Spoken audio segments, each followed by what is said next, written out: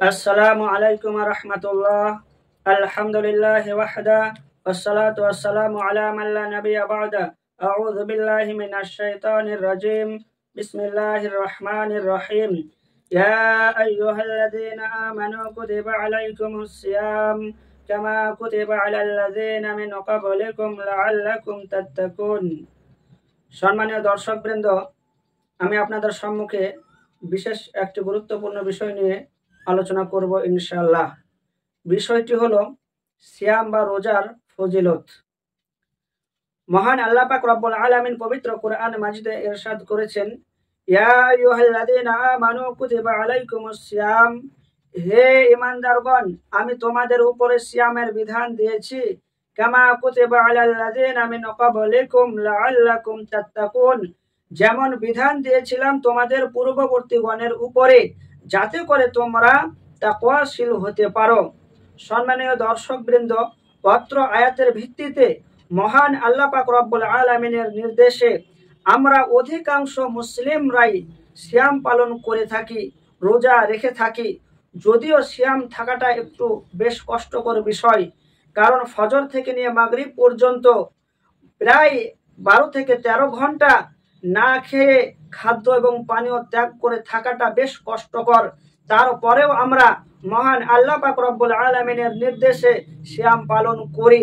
এ কারণেই সিয়াম পালন করি যে আমরা পরকালে বিশেষ মর্যাদায় উন্নীত হতে পারবো।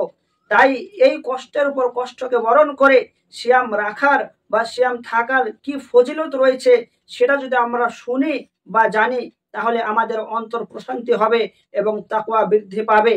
তাই আসুন, মহানবী সাল্লাল্লাহু আলাইহি সাল্লাম বলেন, আল্লাহ পাক রব্বুল আলামিন বলেছেন, কুল্লু আমালু ইবনে আদামা লাহু, আদম সন্তানের প্রত্যেকটি আমল বা কর্ম তার জন্য, ইল্লা সিয়াম, শুধুমাত্র রোজা ব্যতীত, সিয়াম ব্যতীত, ফাইন্নাহু লি, তা শুধু আমারই জন্য রাখা হয়, ওয়া আনা আজজি বিহি, তাই আমি নিজেই তার প্রতিদান দেব। সম্মানীয় দর্শকবৃন্দ, পত্র হাদিস থেকে বোঝা যায় যে আমরা যে সালাত আদায় করি, আমরা যে তাসবিহ তাহলিল করি, আমরা যে যাকাত প্রদান করি, আমরা যে হজ করি, এক কথায় যাবতীয় আমল যা কিছুই করি না কেন, তার যে সওয়াব, তার যে নেকি, সেটা আল্লাহ পাক রব্বুল আলামিন তার ফেরেশতাদের মাধ্যমে লিখান। কিন্তু সিয়ামে এমন একটি গুরুত্বপূর্ণ ইবাদত, যে ইবাদতের নেকি বা সওয়াব স্বয়ং আল্লাহ পাক রব্বুল আলামিন তিনি নিজেই দিবেন। কারণ সিয়ামটি একমাত্র আল্লাহকে সন্তুষ্টি করার উদ্দেশ্যেই ত্যাগ তিতিক্ষা করে রাখা হয়। তাই রাসূল করিম সাল্লাল্লাহু আলাইহি সাল্লাম সিয়ামের মর্যাদা বলতে গিয়ে বলেন, আসিয়ামু জান্নাতুম মিনান নার কা জান্নাতি আহাদিকুম মিনাল কিতাল।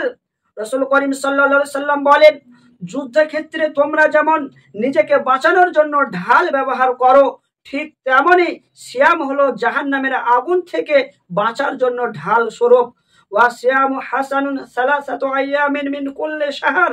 রাসূল করিম সাল্লাল্লাহু আলাইহি সাল্লাম আরো বলেন যে প্রতি মাসে 3 দিন সিয়াম থাকাটা অত্যন্ত একটি উত্তম আমল।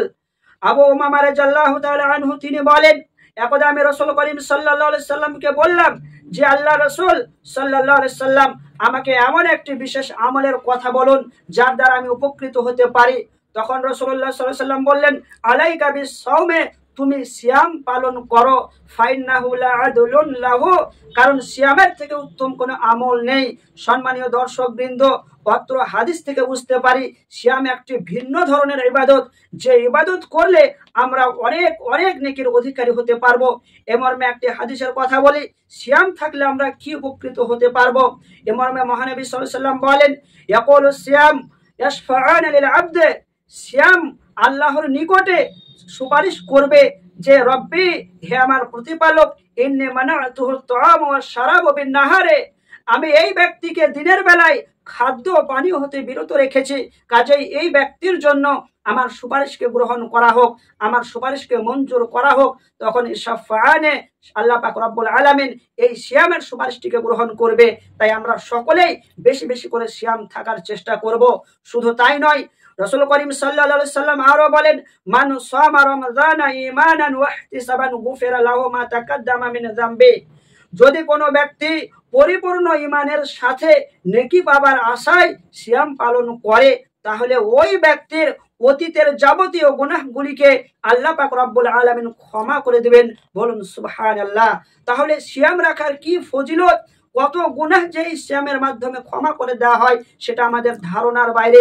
শুধু তাই নয়, সিয়াম রাখলে পরকালে কি উপকৃত হতে পারবো এ ব্যাপারে স্পষ্ট হাদিস আমরা জানি যে রাসূল করিম সাল্লাল্লাহু আলাইহি সাল্লাম বলেন, কি বলছেন, ইন্না ফিল জান্নাতে বাবান, জান্নাতের একটি দরজা রয়েছে, যে দরজাটি ইকালু লাহু রায়্যান, যে দরজাটির নাম হলো রায়্যান, যে দরজাটিকে বলা হয় রায়্যান, ইয়াদখুলু মিনহু সাইমুন ইয়াউমাল কিয়ামা, কিয়ামতের দিনে সেই দরজা দিয়ে শুধুমাত্র রোজাদার ব্যক্তিরাই প্রবেশ করতে পারবে, তাছাড়া অন্য কোনো ব্যক্তিকে প্রবেশ করতে দেওয়া হবে না। সম্মানীয় দর্শক বৃন্দ, বিভিন্ন হাদিসের আলোকে আমরা বুঝতে পারলাম সিয়াম রাখা, সিয়াম থাকা অত্যন্ত একটি ফজিলতের কাজ। যদিও আমাদের কিছুক্ষণের জন্য কষ্ট হয়, তারপরেও আমরা সিয়াম রাখবো, সিয়াম থাকবো, কারণ সিয়াম থাকাতে অনেক উপকার রয়েছে। ইহকালে উপকার হয়, পরকালেও সুখে শান্তিতে থাকা যায়। তাই আমরা সকলেই আল্লাহর দরবারে দোয়া করে বলি, হে আল্লাহ, আমাদের সকল মুসলিম নারী ও পুরুষকে সিয়ামরত অবস্থায় থাকার তৌফিক দান করো এবং সিয়ামগুলিকে সহি শুদ্ধভাবে পালন করার তৌফিক দান করো। সকলে বলি আমিন। আসসালামু আলাইকুম ওয়া রাহমাতুল্লাহি ওয়া বারাকাতুহু।